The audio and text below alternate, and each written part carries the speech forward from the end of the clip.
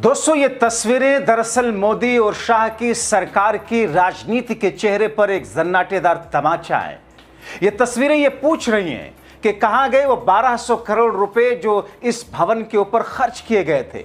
दोस्तों, जिस बिल्डिंग पर, जिस संसद भवन की इमारत पर 1200 करोड़ रुपए खर्च किए गए, देखिए उस बिल्डिंग का क्या हश्र हो रहा है। जिस नई संसद भवन को बनाने के लिए मोदी इतने व्याकुल थे कि लॉकडाउन में ही वो जल्दबाजी में काम पूरा करवाने के लिए लगे रहे, जबकि विरोध होता रहा। ये कहते रहे कि ना खाऊंगा ना खाने दूंगा। मगर आज लोग इन तस्वीरों को देखकर ये पूछ रहे हैं, कहां गए वो 1200 करोड़ रुपए। दोस्तों, ये पानी की धारा, नदियों जैसा समा मोदी राज के संसद भवन का है। लोग कहने लगे 1200 करोड़ में से कितना पैसा लगाया गया था इसे बनाने में। दोस्तों, यही तो मोदी शाह का नया संसद भवन है। कहीं पानी टपक रहा है, कहीं पानी की मूसलाधार धाराएं हैं जो परीक्षा पेपर की तरह सिर्फ लीकेज ही नहीं दिखा रही हैं, बल्कि लगता है भ्रष्टाचार में कंपटीशन हो रहा है। आप सोचिए, 1200 करोड़ रुपए काफी बड़ी भारी भरकम राशि होती है, लेकिन जिस इमारत में, जिस संसद भवन में 1200 करोड़ रुपए खर्च किए गए, 12 घंटे भी बारिश नहीं झेल पाया। हाल ही में दोस्तों, मैं हैरान रह गया था जब लोकसभा स्पीकर ओम बिरला ने प्रधानमंत्री मोदी के इसी ड्रीम प्रोजेक्ट पर सवाल उठाया था, और अब उसकी जीती जागती तस्वीर आपके सामने है। जरा आप इन तस्वीरों के साथ साथ हालात को देखिए। दोस्तों, वैसे भी दिल्ली एनसीआर में बारिश इतनी ज्यादा नहीं होती है कि पूरी दिल्ली डूब जाए। हां, डूबती है दिल्ली कब? जब दिल्ली की एजेंसियां, संस्थाएं, एमसीडी, जो वाटर ड्रेनेज का सिस्टम है, उसे चौक रखती हैं, साफ सफाई नहीं करते हैं, नाले बस्ट होते हैं, और फिर सत्ता में बैठे हुए लोग, मलाई चाट रहे लोग, अपने एसी बेडरूम में बैठ करके एक वीडियो बना करके मीडिया को दे देते हैं, हाँ सब कुछ ठीक हो जाएगा। दिल्ली में ऐसी बारिश नहीं होती। पूरा दिन बारिश होती रहे, पूरी रात बारिश लगातार होती रहे, कई दिन तक होती रहे, मुंबई की तरह। बावजूद इसके ये तस्वीरें हैं। मतलब 1200 करोड़ रुपए खर्च करके ये संसद भवन मिला। दोस्तों, लोग मजाक उड़ा रहे हैं, संसद ना हुई मानो पेपर हो गया, कभी भी कहीं से भी लीक हो रहा है। ये तो संसद भवन अभी भी बना है। बीते दिनों ही तो मोदी जी ने, आपने देखा था ना वो तस्वीरें, वो हाथ में सिंबल पकड़ करके किसी महामानव की तरह उद्घाटन करने के लिए आगे आगे चल रहे थे। याद है आपको? इसी संसद भवन की तस्वीरें थी उद्घाटन की। उसी उद्घाटन में देश की दलित समाज से आने वाली देश के राष्ट्रपति को नहीं बुलाया था मोदी और शाह ने।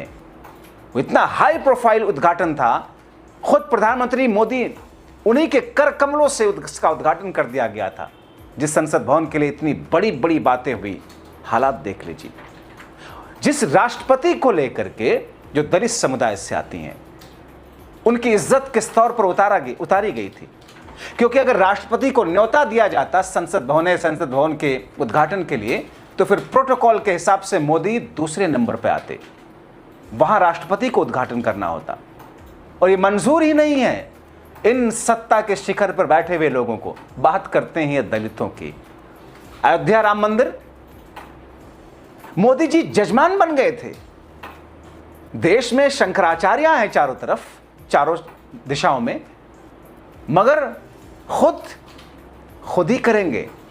वो राम मंदिर जिसकी बिसात पर इन्होंने अपनी राजनीति चमकाई, उसका उद्घाटन सनातन धर्म के भाइयों के दिलों को चोट पहुंचा करके खुद की किसने? सबसे बड़े शंकराचार्य देश के माननीय प्रधानमंत्री नरेंद्र मोदी जी। कोई शंकराचार्य नहीं आया था उसमें। कहा गया था कि अभी पूरा नहीं हुआ वहां का कार्य। ये स्थिति है दोस्तों। कुछ ऐसा ही संसद भवन के साथ में हुआ। संसद भवन के बाहर अंदर की तस्वीरें। अब दोस्तों, ये तस्वीरें देख लीजिए दिल्ली एनसीआर की। हाल में राहुल गांधी संसद भवन के उसी परिसर के जो मकर द्वार से निकलते हुए आपने देखा होगा कि बारिश में भीगते हुए मोदी शाह पर अटैक कर रहे थे, प्रियंका गांधी से बात कर रहे थे, और वो छाता नहीं लिए हुए थे। बहुत सारे लोग ये मजाक उड़ा रहे थे कि बारिश में भीग करके राहुल गांधी कटाक्ष तो कर रहे हैं लेकिन नौटंकी कर रहे हैं। मगर अब वो अधकचरे ज्ञान वाले बुद्धिजीवी खामोश हैं, मुंह में दही जमा करके, क्योंकि उनको लगता है कि अगर इस 1200 करोड़ की इमारत की अगर सवाल इस पर उठेंगे तो फिर सवाल, उसका सिरा तो शीर्ष नेतृत्व तक भी जाएगा। दोस्तों, बात बीते दिनों ओम बिरला, क्या कहा था उन्होंने सीपीडब्ल्यूडी को लेकर के, कि बाकायदा उन्होंने कहा था कि संसद के मकर द्वार में एक पोर्च बना दिया जाए। दोस्तों, संसद आप देखिएगा, जाकर के गूगल कीजिए, यूट्यूब पे वीडियो देखिए, संसद का जो मखर द्वार है वहां से निकल करके सांसदों को, लोगों को अपनी गाड़ी तक पहुंचने के लिए वो खुले आसमान है। बारिश है तो छाता लगाना पड़ता है, धूप है तो उसी में से निकल के जाना पड़ता है। इन्होंने खुद कहा था कि मकर द्वार में एक पोर्च बना दिया जाए जिससे सांसदों को आने जाने में दिक्कत ना हो, बारिश में छाता लेना पड़ता, फिसलने का डर रहता। सोचिए ओम बिरला, ये बात संसद बनने के बाद उन्होंने नोटिस की थी। लेकिन जो हमारा मास्टरमाइंड वाला पूरा ग्रोह है, गैंग है, जिसने 1200 करोड़ रुपया यूं उठाया, यूं झोंक दिया, कहा नहीं पुरानी संसद बेकार, अब हम नई संसद में चलें, क्योंकि उस पर जो पत्थर लगेगा उद्घाटन का, माननीय नरेंद्र मोदी जी प्रधानमंत्री के कर कमलों से इसका उद्घाटन हुआ तो रहेगा।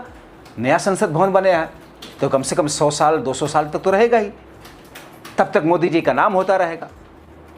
नाम के पीछे क्या कुछ ना कर जाएं। दोस्तों, अब पोर्च संसद के उस भवन में बनाना क्यों भूल गए? खुद सांसदों को दिक्कत होती है बारिश और धूप में, मगर नहीं, अब उन्हीं जगहों पर ये पानी की मूसलाधार धाराएं आप देख रहे हैं। ऐसा लग रहा है जैसे कोई नदी में सैलाब सा हो। दोस्तों, सिर्फ संसद भवन ही नहीं टपक रहा है, दिल्ली एनसीआर की हालत बद से बदतर है। गुरुग्राम हरियाणा सबसे ज्यादा रेवेन्यू देता है, मगर तस्वीरें बदहाल है। ये तस्वीरें एनसीआर की हैं, पानी भराव की तस्वीरें। मोदी जी, उनकी डबल इंजन की सरकार, उनके काले कारनामे कहें या कुछ भी, क्या फर्क पड़ता है।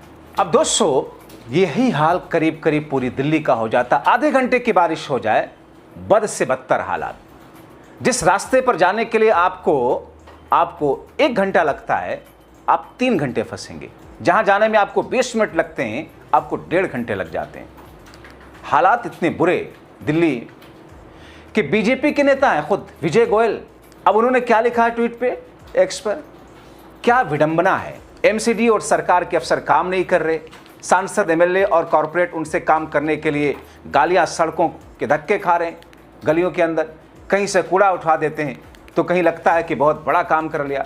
ये नहीं देखते कि अफसरों के होते हुए कूड़ा होना ही नहीं चाहिए। वाह, एमसीडी में बीजेपी है, दिल्ली सरकार में बीजेपी है, केंद्र सरकार में बीजेपी, और उन्हीं का नेता, लग रहा विपक्ष का नेता सवाल उठा रहा हूं। दोस्तों, दिल्ली में एमसीडी में भारतीय जनता पार्टी लगातार कई वर्षों से एमसीडी में कूड़ा साफ नहीं कर पाए।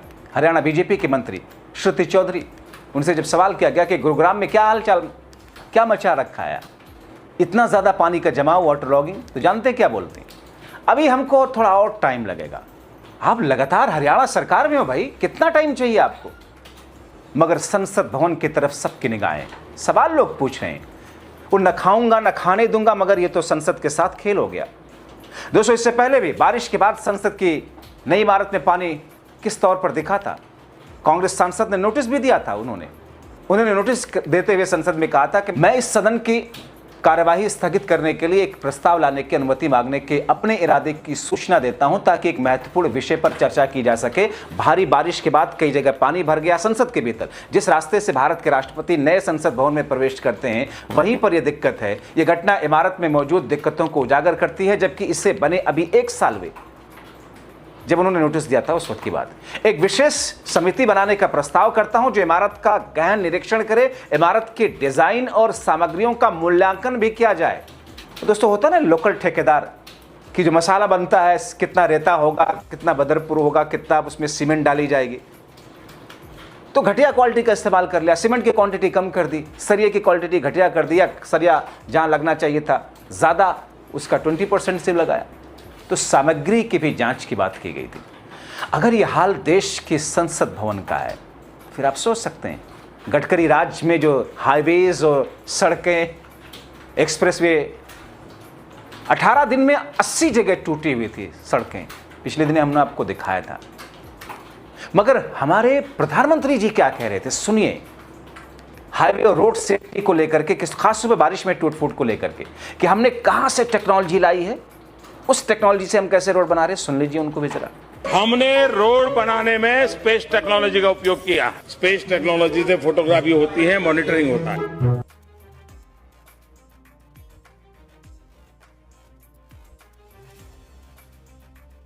अब दोस्तों, आप सोचिए हो क्या रहा है, चल क्या रहा है। मेरे कोई संघ के ही जानकार थे जो अपनी ही पॉलिटिकल विंग वाली बीजेपी की सरकार से नाराज है। उनका कहना यह था कि दरअसल महंगाई और भ्रष्टाचार इतना नहीं होता जितना इस सरकार में हो रहा है। दरअसल एक टारगेट ही दे दिया गया सभी मंत्रालय को। आप देखते होंगे ना, मार्च एंडिंग होता है, जब फाइनेंशियल ईयर होता है मार्च एंडिंग, आप रोड पर देखते हैं ट्रैफिक पुलिस वाले जगह जगह खड़े होकर के लगातार चालान काटते हैं। एक टारगेट होता है, ईयर एंडिंग हो रहा है, चालान इतना चाहिए इस विभाग को। वैसे ही हर मंत्रालय को एक टारगेट दे करके कि बनाइए चोर दरवाजे, जनता को पता ना चले, मीडिया को पता ना चले, और आप उसको एक खूबसूरत शक्ल में, एक खूबसूरत खाका में कि हम तो विकास कर रहे हैं, लपेट कर सजा कर रख दीजिए। तभी तो जब $152 प्रति बैरल कच्चा तेल था अंतर्राष्ट्रीय बाजार में, तब भारत में मनमोहन सरकार में मैक्सिमम 65-70 रुपए में पेट्रोल बिक रहा था। मगर हमने देखा लॉकडाउन में $37 प्रति बैरल भी कीमत गिरी, $37, और हमने कितने में खरीदा? 100 रुपए में। कहां से आ गया ऐसा पैसा बीजेपी के? हर राज्य के हर ब्लॉक, हर तहसील में दफ्तर बनने के लिए जमीनें खरीदी गई लॉकडाउन में, जिस वक्त नोटबंदी की जा रही थी। संघ के पास कहां से पैसा आया, जो कि रजिस्टर्ड भी नहीं है organisation? 7 star office, 7 star hotel जैसा उनका दफ्तर कैसे बन गया? जो झोला लेकर, साइकिल लेकर के चला करते थे, इक्का दुक्का लोग ही उनकी टूटी फूटी एम्बेसडर कार से चलते थे, वो आज लग्जरियस गाड़ियों में चल रहे हैं। संघ प्रमुख को इतनी बड़ी जो सिक्योरिटी दी गई है, क्यों भाई? क्या है वो? किस संवैधानिक पद पर हैं? किसके पैसे से है? देश की जनता के पैसे के, टैक्स के पैसे पर उनको सिक्योरिटी क्यों दी गई? ये सवाल हैं। क्योंकि सरकार by the people for the people होती है, मगर क्या ये सरकार उस पर खरी उतरती है? 10 में से कितना नंबर देंगे? कम से कम 0 तो देंगे ही। अपनी राय लिखें।